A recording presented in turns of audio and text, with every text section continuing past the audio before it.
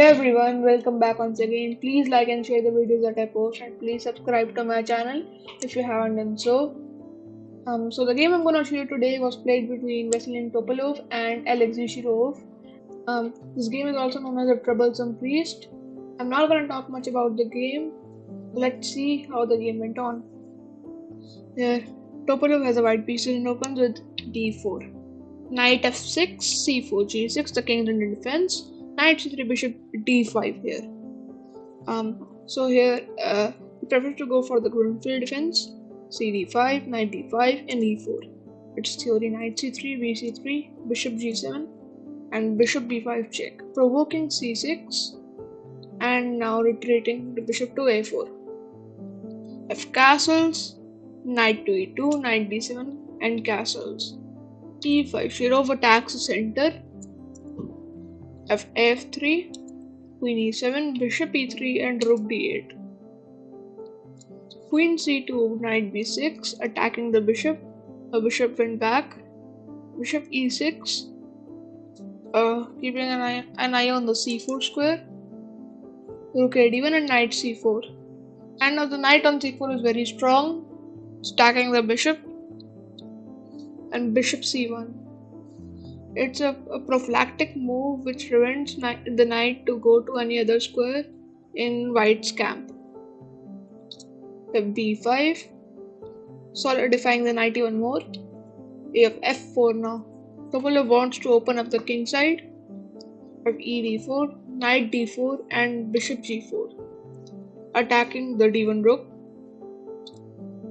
We have rook de1 and queen c5.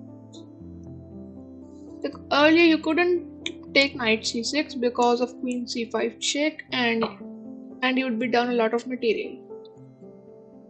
So rook de1, queen c5, king h1, and a5. A threat may be to play a4 and force the bishop to take the knight, after which black would be much better. h3, bishop d7, a4 now. Topalov prevents the move a4 by black and plays it himself. If b takes a4, bishop a2, not instantly taking the pawn and keeping the bishop on the a2 to g8 diagonal, as there is a vulnerable f7 pawn. Bishop e8 and e5 now. Now Topalov wants to take advantage on the dark squares on the king side by exploiting them. Knight b6 and f5. He wants to open up the f file, and after that white will be much better. Knight d5, bishop d2, saving the c3 pawn. You have knight b4, and now queen takes a4. You have to give up this bishop. It's the most sensible move, because after something like c takes b4, black can play queen c2, knight c2, and rook d2. After which black would be almost winning. So queen takes a4, knight takes a2, queen takes a2, and bishop takes c5. Now this f7 pawn isn't weak because there is no light squared bishop. And f takes g6, h takes g6, the f file is open, but now it's not the same case when the bishop is no longer there than it earlier was. Bishop g5, if rook d5, and rook e3. The plan may be to either double on the f file or double on the e file. Queen d6, f queen to e2.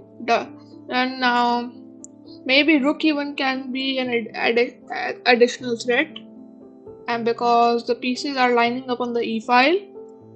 Bishop d7 and c4. If rook takes d4, then rook takes c5 is there, and there is no dark squared bishop, so the dark squares on the king side of black would be weak. If bishop takes d4, c d5, bishop e3, and queen e3. Dark squared bishops are weak, and rook e8, but Shirov is trying to not get attacked. He's playing on the defensive side. Queen c3, queen takes d5, bishop h6 now. Rook e5 now, defending the mate on g7 as it was being threatened earlier. Rook f3 now, queen c5. Offering to trade queens, but of course Topalov declines as he's playing for an attack. Bishop f5 now, rook e3.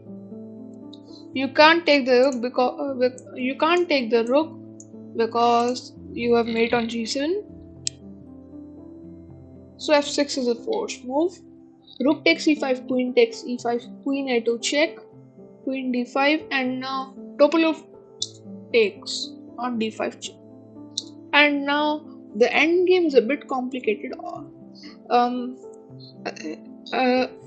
Although Shirov is 2 pawns up, there is an opposite colored bishop's endgame which is not always winning for the leading side. Bishop d2, a4, bishop c3, and Topalov supposed that it was the case here. King f7, f4, king e6, king g1, and now is one of the greatest moves of all time in any chess game. You can pause the video if you want to think about it. And that move is bishop h3, sacrificing the bishop and attacking the g2 pawn. G takes h3 was played in the game. If you play g3, you weaken the light squares and on the king side, and black can march his king down to gobble up all the pawns. So g takes h3 was played, and it is the most logical move. And now white has these double pawns which black takes advantage of. King f5, king f2, and king e4. The king marches down the queen side, sacrificing yet another pawn. d4. It's just a bishop for a pawn, and still black is the one who's playing for a win. The bishop e7 and king d3. The king penetrates in the queen side, and now there are two passed pawns. Bishop c5, king c4 attacking the bishop, bishop e7, and king b3. It was in this position that Veselin Topalov resigned the game. And that is because the two passed pawns can't be stopped by the bishop and the king, and even the black king is involved in the pushing of these passed pawns. Let's say if white plays something like bishop c5, d3, king e3, then king c2, bishop b4, black can always sack this pawn by a3, and once white takes, the other passed pawn will promote into a queen. So I hope you enjoyed this game. Goodbye.